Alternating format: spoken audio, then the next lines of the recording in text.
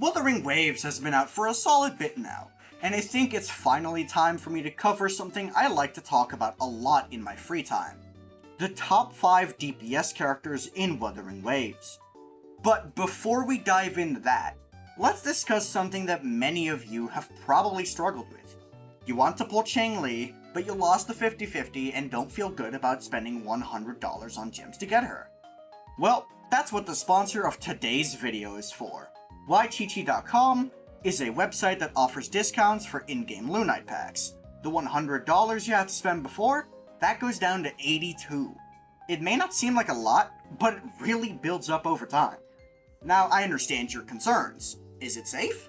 To answer those questions, I decided to try it out, and it's legit. I managed to save $8 for my future Changli pulls.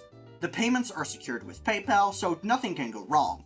One thing to consider is that processing takes 12 hours, but that gives you plenty of time to reconsider if you really want to pull. So this prevents impulse pulling. If you don't want to wait, however, on Sundays the processing time is cut to just 30 minutes. I will say that the service requires your login information due to a lack of access to a website like Kodashop, so I recommend changing your password before and after the purchase. If that doesn't turn you off, use my promo code to get another 3% off. At number 5, we have the only standard banner character that will be on the list, being Encore. Now, Encore was a character I was skeptical about before the release of the game, actually thinking Kulcharo was better at the time. But now, it seems overwhelmingly clear to me that Encore is just better. She is a sustained damage dealer who has a great mix of a good and consistent damage output, and the capability to swap cancel as well. This is because her final basic attack and her skill have really long animations that allow for very easy swap cancelling with characters like Sanhua or Yinlin, which is a very powerful trait to have. This means her damage ceiling is quite high, especially when you compare her ease of use factors to the other standard banner DPS characters. Ling Yang is already famously mediocre, and it's not helped by his subpar range and clunky movement. Kulcharo is seen as a lot better, but he suffers from a lot of the same problems. While he has situations where he's fine, on bosses, aka the mic content, he struggles a lot due to the fact that they just love to move around, which he hates. He really wants to generate stacks to execute the full 3 death messengers, but bosses like Impermanence Heron and Morning Ikes just don't let him. This is why it's so good that Encore has consistent damage. Enemies straight up leaving doesn't affect her as much because she isn't reliant on hitting one specific attack. Swap cancelling is just a skill check, but it isn't required. You can run her just fine as a hyper carry character with Sanhua and Farina, meaning you can just roll your face over the keyboard and be fine. I will say, however, that dodging interrupting her basic attack string makes swap cancelling her 4th basic attack more annoying. Now, on number 4, we have Jinhsi Yao. Hear me out, I understand that he's not been released yet and that he's still in beta, but Jinhsi Yao, in his current beta state, looks to be pretty good, but not quite on that higher level yet. But why is that? Jinhsi Yao is quite an interesting character, because unlike most ult state characters, he isn't linked to a duration. Instead, he has a certain amount of stacks that he can consume before his ultimate ends, and this is incredibly convenient. He doesn't have to worry about wasting damage because of the enemy moving away. He will always be able to do the same damage per rotation, no matter how much the enemy likes to move. I put a lot of emphasis on this because enemies just love getting away from you, but for Jinhsi Yao, that is absolutely not a bother. So then why is he only number 4 if he has the highest consistency out of the DPS characters? Well, it's simple. Damage output. His damage is just not as high as the other 3 characters on this list, despite having a lot more convenience. And unfortunately, he puts a lot of his eggs in one basket, having most of his damage in his enhanced skill. This means that if you mistime anything, you're cooked. He also needs to actually hit the enemy to get stacks, which leads you to always chasing the enemy down in a hurried frenzy. He also has little to no flexibility in both his teams and weapons, which is incredibly important this early into the game. And I'm serious. If you wanted to play Jinhsi Yao but you don't have his signature or Yinlin, you lose out on an absurd amount of damage, especially without Yinlin.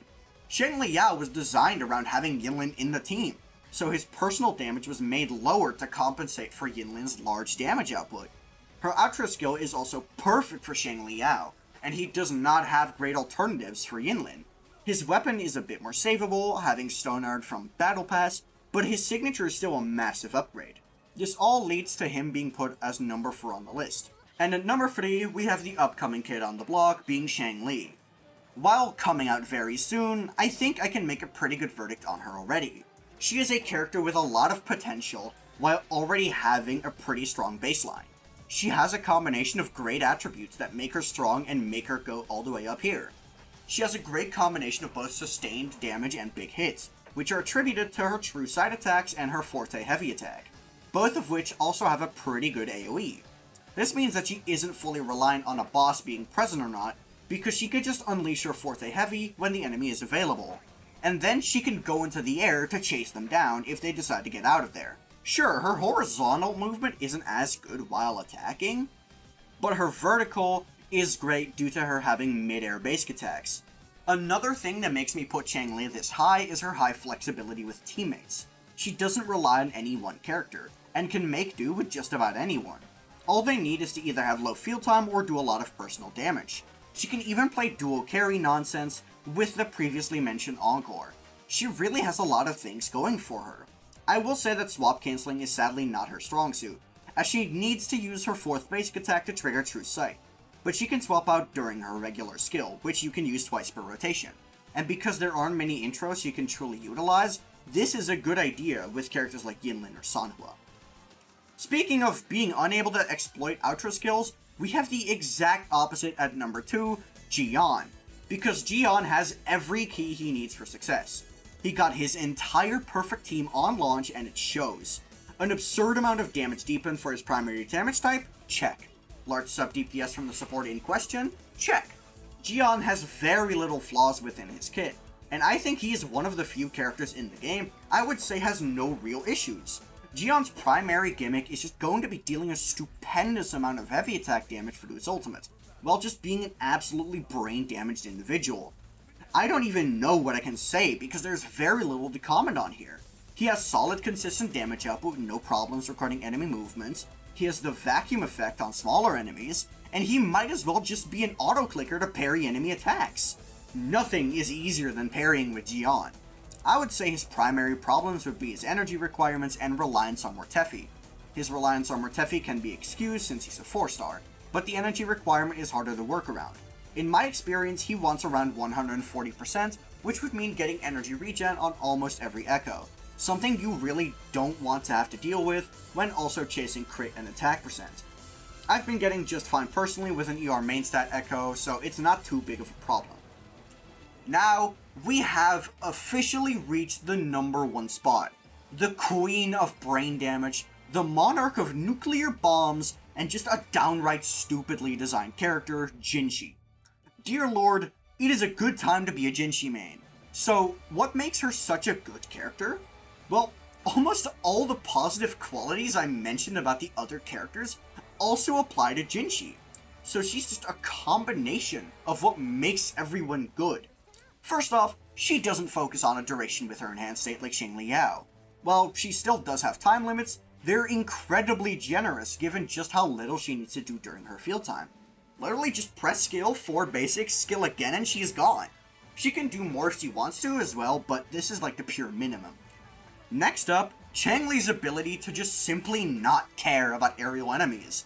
Jinhsi is not only in the air with them, she is also attacking them from a range. She is the first person on the list that does that. Jinhsi has the ability to just straight up ignore where the enemy is. As long as they're not halfway across the map, Jinhsi will hit them. She can even do exactly what the enemy does to us, by using grapple in the aerial state to make 90% of enemies just unable to hit us. And then finally, she doesn't have a real flaw like Jiyan. There is no enemy to counter her mechanics outside of having a spectral resistance, there is no teammate she is stuck to do good damage, she doesn't have insane build requirements, and she is incredibly simple to use. There is a very good reason that Jinhsi has allowed a lot of people to clear Tower of Adversity, or at least clear one of the floors that they could not before. And it's because she's simply stupid good. Not to mention that she's getting a buff through Zheji. There's no doubt in my mind that Jinhsi is just a step above the rest. But that's just my ranking. What's yours? Let me know in the comments below, as well as leaving a like and subscribing. If you want to actually get into a discussion with me, I recommend joining my Discord server. And if you just want to see more of my casual life and opinions, follow me on Twitter. That'll be all from me. Peace.